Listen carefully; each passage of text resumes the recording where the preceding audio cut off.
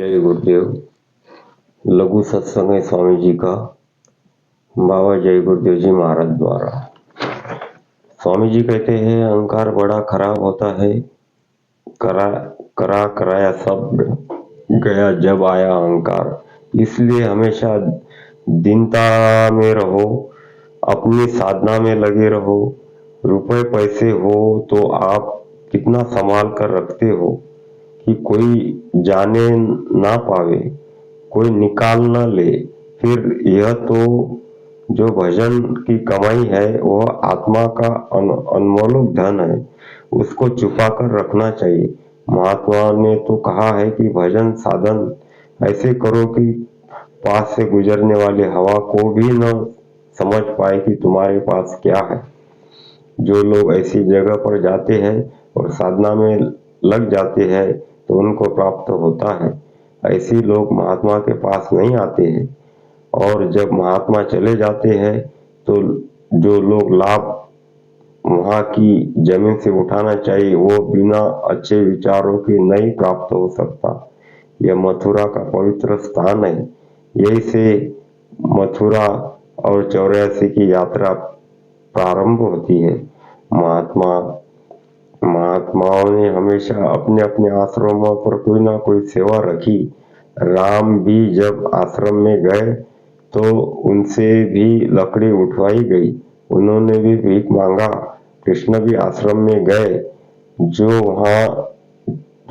वहाँ जो भी सेवा हुई छोटी बड़ी सब किया।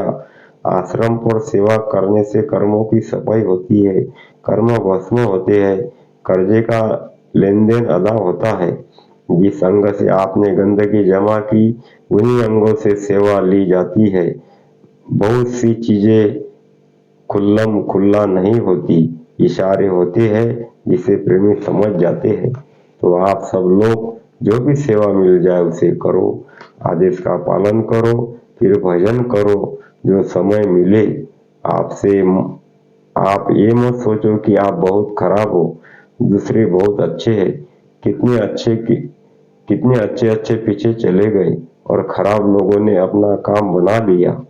तो आपको यह करना है कि अपनी धुन में रहो, सेवा करो, भजन करो। धीरे धीरे आपकी आदत बन जाएगी।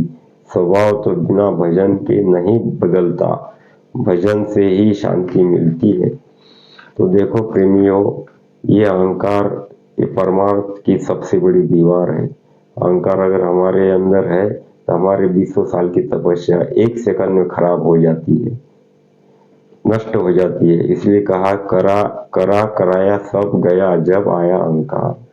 कराया सब गया जब आया अहंकार। इसलिए कहते स्वामी जी हमेशा दीनता में रहो। दीनता मालिक की प्यारी है, क्योंकि उस मालिक को कहा दीन बंधु दीनानाथ। वो दीन दयाल है और दीनों पे दया करने वाला है। तो हमारे अंदर दीनता का भाव होना चाहिए। अपनी साधना में, स्वामी जी कहते हैं अपनी साधना में लगे रहो। रुपए पैसे हो तो आप कितना संभाल कर रखते हो। हमारे पास अगर कोई धन है इसकी हम कितनी देखभाल करते हैं, भाई किसको पता ना चले। अगर पता चल जाए तो चोरी हो जाएगी, कोई ले जाएगा, कोई निकाल ना ले। उसकी हिफाजत में हम धन की हिफाजत में रहते। फिर तो गुरु महाराज कहते हैं ये जो तुमको नाम मिला है ये तो जीवात्मा का आत्मा धन है, भजन की कमाई है, आत्मा का अनमोलक धन है, उसको भी छुपा कर रखना चाहिए। अब कोई प्रेमी साधना में अनुभव होते बता देते। तो कहते हैं स्वामी जी महात्मा ने जो कहा है कि भजन साधन ऐसे करो, साधन भजन ऐसे करो, पास से गुजरने वाली हवा को भी पता न चले कि हमारे अंदर क्या है, तुम्हारे पास क्या है। जो लोग ऐसी जगह पर जाते हैं और साधना में लग जाते हैं तो उनको प्राप्त होता है।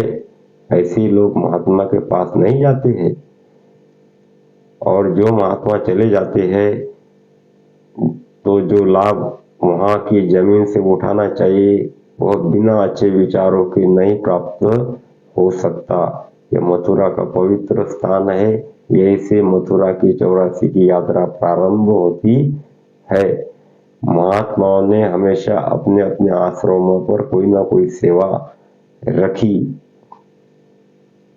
गुरु महाराज कहते राम भी आए, उन्होंने भी आश्रम में जाकर सेवा की, लकड़ी उठाई। कृष्ण भगवान आए, उन्होंने भी भीख मंगवाई, भीख मांगी। कृष्ण भी आए, आश्रम में गए, वहां भी उन्होंने छोटी मोटी सब सेवा की। आश्रम पर सेवा करने से गुरु महाराज कहते कर्मों की सफाई होती है, कर्म भस्म होते हैं, कर्जे का आदान प्रदान हो जाता है, लेन देन हो जाती है।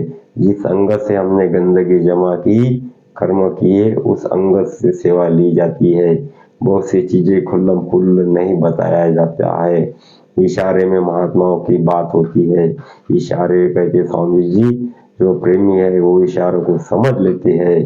तो आप सब लोग जो भी सेवा मिल जाए उसे करो, आदेश का पालन करो, फिर भजन करो। जो समय मिले, आप ये मत सोचो कि आप बहुत खराब हो, दूसरे दूसरे बहुत अच्छे, कितने अच्छे पीछे चले गए और खराब लोग अपना काम उन्होंने कर लिया। कहते हैं कि तो आपको यह करना है कि अपनी धुन में रहो, सेवा करो, भजन करो, धीरे धीरे आपकी आदत बन जाएगी। स्वभाव बिना भजन के नहीं बदल सकता, भजन से ही शांति मिलती है। जय गुरु।